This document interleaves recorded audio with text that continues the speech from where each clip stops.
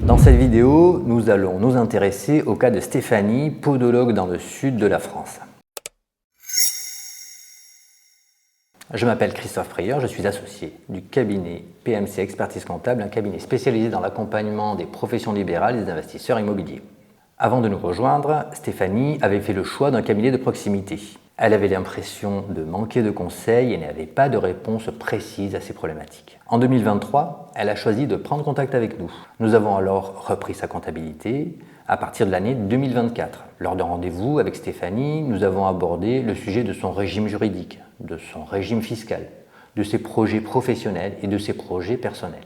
Stéphanie s'était immatriculée, comme tous ses confrères, en entreprise individuelle, en BNC. Nous avons expliqué à Stéphanie les 4 options juridiques et fiscales envisageables dans sa situation.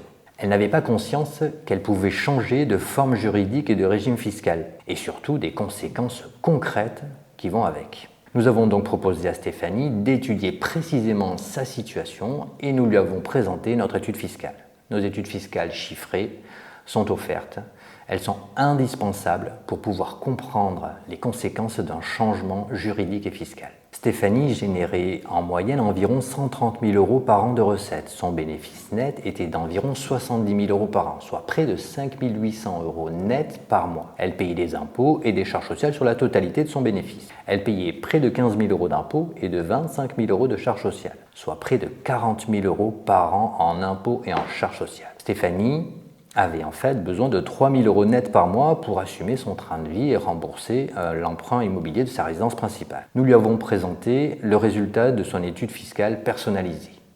Dans cette étude, nous avons comparé la fiscalité de son régime actuel, les conséquences d'une option à l'IS, les conséquences d'une transition en CELARL avec apport de la patientèle et enfin les conséquences d'une transition en CELARL avec cession de la patientèle.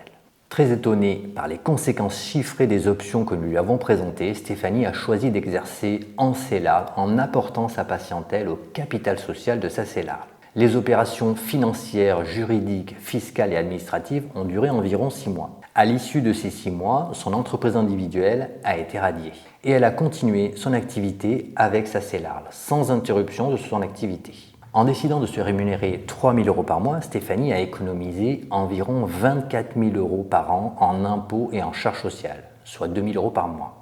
Et chaque année, depuis sa transition en CELARL, elle se verse des dividendes au mois de juin de 6 000 €, en plus de sa rémunération mensuelle. Sur sa CELARL, Stéphanie a rapidement fait d'importantes économies. Nous l'avons alors accompagnée pour placer ses économies et pour qu'elle se crée sur sa CELARL des revenus passifs, c'est-à-dire non liés à son activité professionnelle.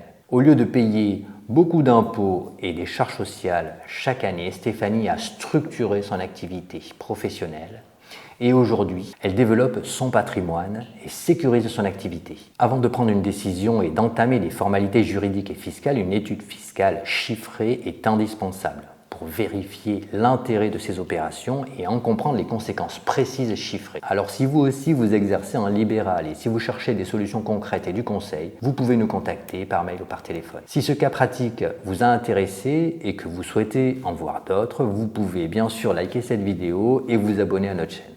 À bientôt.